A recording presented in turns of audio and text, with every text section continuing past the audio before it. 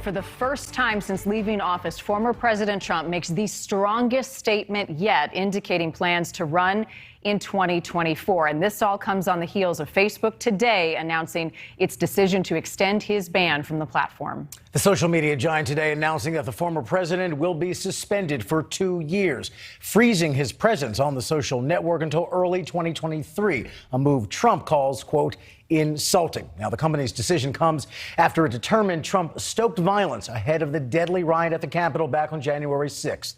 News Nation correspondent Tom Negevin live at Trump Tower there in Manhattan tonight with more on the suspension and Trump's response. Tom. Or responses, Rob and Marnie. We actually got two of them today. The 45th president, as he is wont to be, very pointed in his remarks, very swift in his response. And the second of the two statements is the one that everyone across the country is paying attention to as he muses about what he says he would do when he becomes president again. Next time I'm in the White House, the 45th president says there will be no more dinners at his request with Mark Zuckerberg and his wife. It will be all business. It's his response to a 2-year ban by Facebook, at the end of which company Vice President Nick Clegg wrote in a blog post today, "We will look to experts to assess whether the risk to public safety has receded." That risk related to the Capitol riots January 6th. But you know what? If you want to get out a message, and if you want to go through big tech, social media, they are really, if you're a conservative, if you're a Republican, if you have a big voice, I guess they call it shadow ban, right? Shadow ban. The social media giant says 2 of the former president's posts severely violated its content standards, including one in which he said to the rioters, "We love you. You're very special."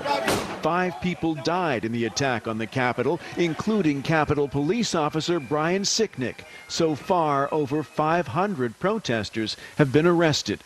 In a press release, Donald Trump calls Facebook's decision an insult. They shouldn't be allowed to get away with this censoring and silencing, he says. And ultimately, we will win.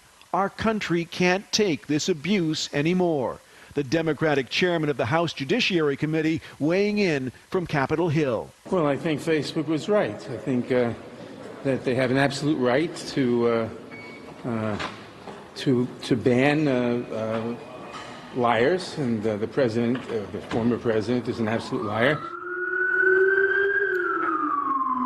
And we will be hearing from the 45th president of the United States again, and very soon, 24 hours from now or thereabouts, he will speak at the GOP convention in North Carolina about the biggest public engagement he's had since leaving the White House. A lot of people talking about 2024, but there's also a lot of talk about some recent reported remarks made by the president to aides and close confidants, in which he expresses the sense that he believes conspiracy theories, that he'll be reinstalled in the White House into the nation's highest office in August.